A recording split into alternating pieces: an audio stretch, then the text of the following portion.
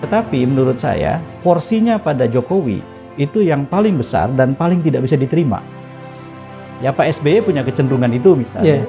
Ketika ikut memfasilitasi AHY untuk masuk dunia politik. Masuk dunia politik dulu.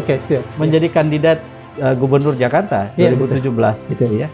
Bu Mega juga tentu membuka kesempatan baik kepada Puan maupun kepada Prananda untuk berkiprah dalam politik. Bahkan dalam kasus Puan menduduki jabatan tinggi dan seterusnya. Zulkifli Hasan melakukan hal yang sama kan sekarang ini. Dan kalau kita deretkan itu, tokoh-tokoh politik kita cukup banyak yang bisa kita sebutkan dalam konteks itu. Tetapi dalam kasus Jokowi itu ada 3 perbedaan.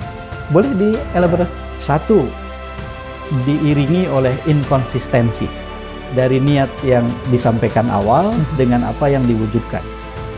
Pak SBY tidak pernah mengatakan Agus tidak akan masuk dunia politik, dia hanya akan berdagang, atau dia hanya akan menjadi tentara. Saya tidak pernah dengar Pak SBY ngomong begitu. Bu Mega juga tidak pernah mengatakan Puan akan saya batasi, tidak akan masuk ke dunia itu dan seterusnya.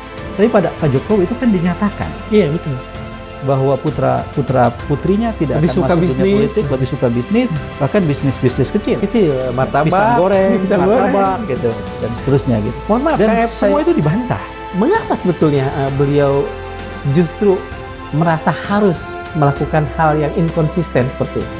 Menurut saya kalimatnya bukan harus melakukan hal yang inkonsisten, tetapi terbiasa untuk tidak konsisten. Ada kebiasaan itu. Dan kalau dalam bahasa Sunda ada kakurungku iga ini kan. Jadi ada tabiat, tabiat pada Jokowi yang memperlihatkan kecenderungan itu. Itu yang pertama bedanya.